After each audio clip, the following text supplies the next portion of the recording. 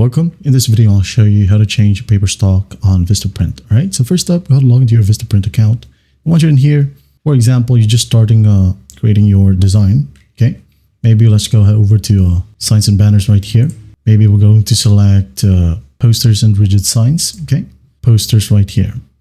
Custom posters. Okay. So in here, in this selection process, just go and scroll down.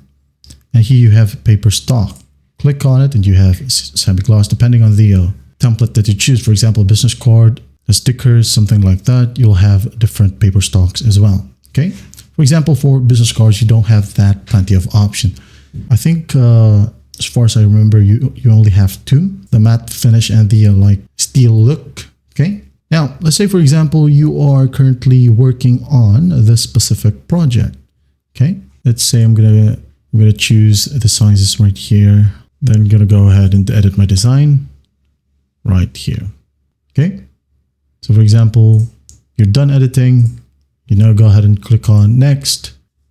And then once done at the final steps, you should be able to select the paper stock. Okay. And the problem here is you can't. Okay.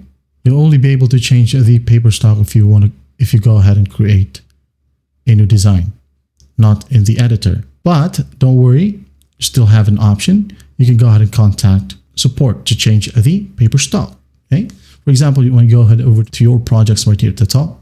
You can go ahead and copy this identification. Okay.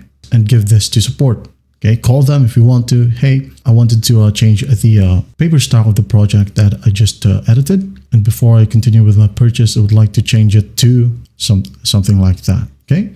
If you don't know how to contact support, just go ahead over to the top, or just straight up call this number right here, or scroll all the way down. You have live chat email right here as well.